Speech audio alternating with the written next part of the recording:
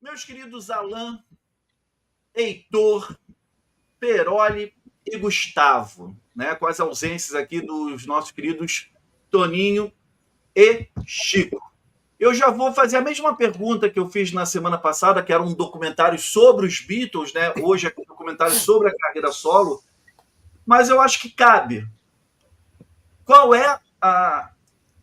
Deixa eu dar uma contextualizada porque eu vou fazer essa pergunta. A gente fala muito sobre os discos, os shows, as entrevistas, mas os documentários, para mim, têm um papel fundamental na construção da memória da mitologia em torno dos Beatles.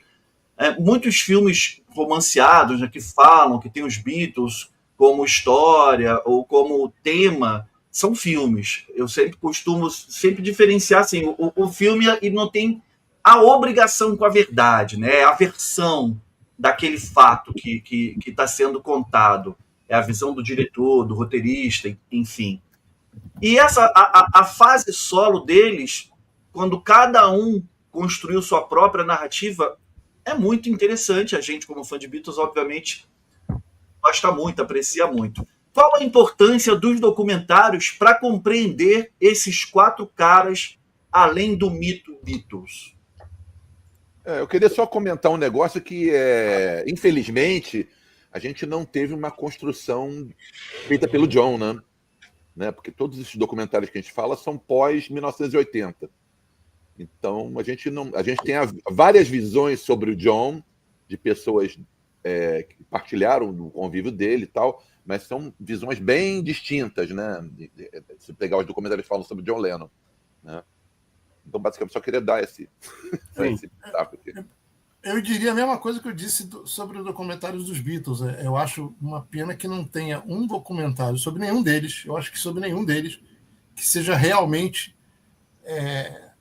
um documento da carreira inteira. São sempre recortes, ou então, quando poderia ser da carreira inteira, é uma coisa que é entre meio chapa branca e meio botar embaixo do tapete coisas que não interessam. Então, tipo, mas assim, você não acha que o Imagine do John é um documentário desse?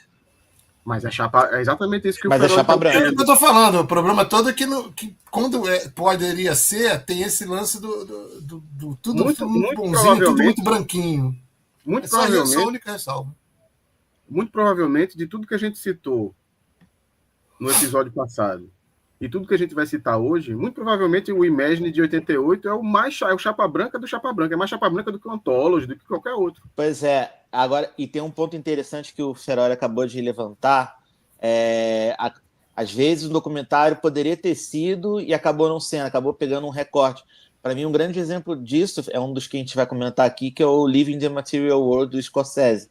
Era um documentário que tinha tudo para ser assim, a obra definitiva do George, podia ter coberto toda a carreira solo dele e não foi.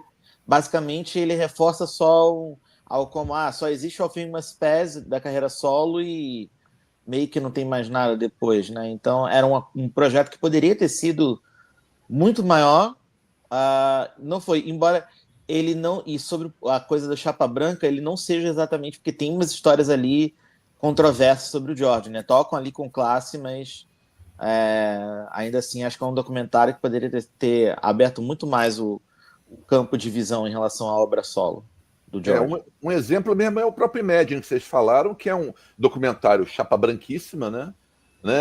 Talvez seja o que acompanha a carreira do John completa, mas mesmo assim, se você quiser saber do Lost Weekend no Imagine, você vai ficar boiando, né? Porque ele praticamente ignora, né, aquele período ali de 74, 75, né? Mas felizmente tem um documentário sobre o Lost Weekend, então tudo se completa. Verdade. Mas a importância do documentário, assim, eu acho que para todo o contexto da sociedade, das artes, de tudo, eu acho essencial.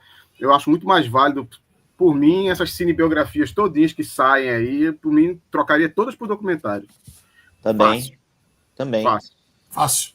Com certeza. E uma coisa que eu lamento muito é que existem, principalmente aqui, trazendo aqui para o Brasil, porque lá fora, principalmente Estados Unidos, Europa, até no Japão também, os caras têm documentário de tudo, dos artistas que você imaginar, tudo, alguma coisa tem.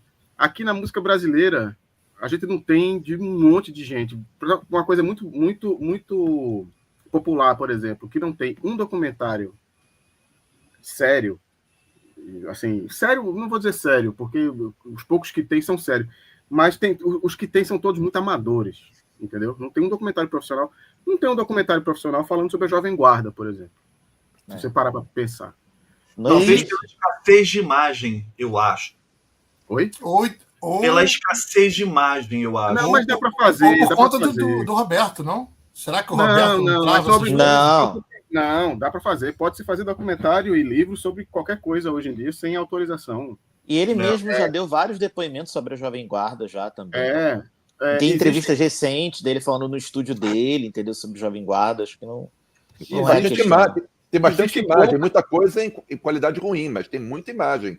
Tem imagem. E uns 3 anos atrás, a Record engavetou um monte de coisa. Mas, enfim, se você parar para pensar que, vamos dizer, 70% da Jovem Guarda já morreu e não está mais aqui, alguns dos mais fundamentais, Renato Barros morreu, Erasmo morreu,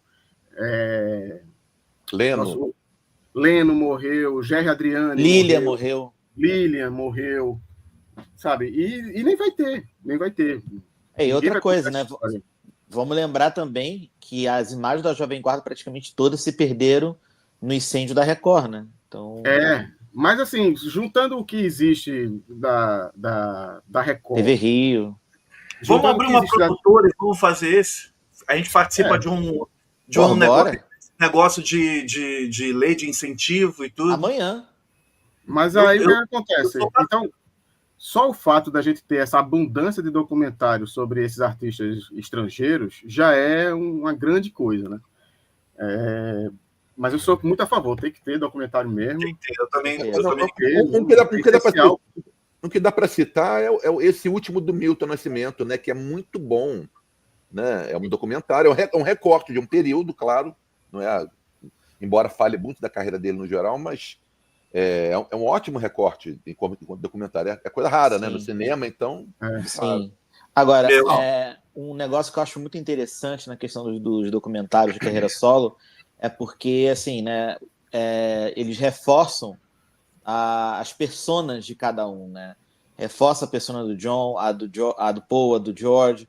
Ringo, a gente vai ter um exemplo, mas não há exatamente um documentário, né, propriamente dito sobre a história do Ringo, né? Embora ele merecesse, sem dúvida. Mas acho que eles reforçam muito bem a persona de cada um, né? O John, claro, que acho que reforçam, mas também eu acho que eles são muito bons em mostrar que eles não só se resumem aquilo, John, né, o mais sarcástico, né? O George, o espiritual, o Paul, o músico, né? Enfim, acho que eles dão uma ideia, né, além das imagens que ficaram sendo projetadas. E eu acho que quando você quer conhecer a história, além das biografias e tudo, mesmo assim, tem algumas bem questionáveis, o documentário ajuda bastante. Como aquilo que eu falei, os filmes, as cinebiografias não têm um compromisso com a verdade, com a data certinha. Então, o documentário tem que ter. Que ter. Sendo chapa branca ou não, ele tem que ter. Então, ali, o que está ali, faltando pedaços ou não... Aconteceu. Enfim, aconteceu.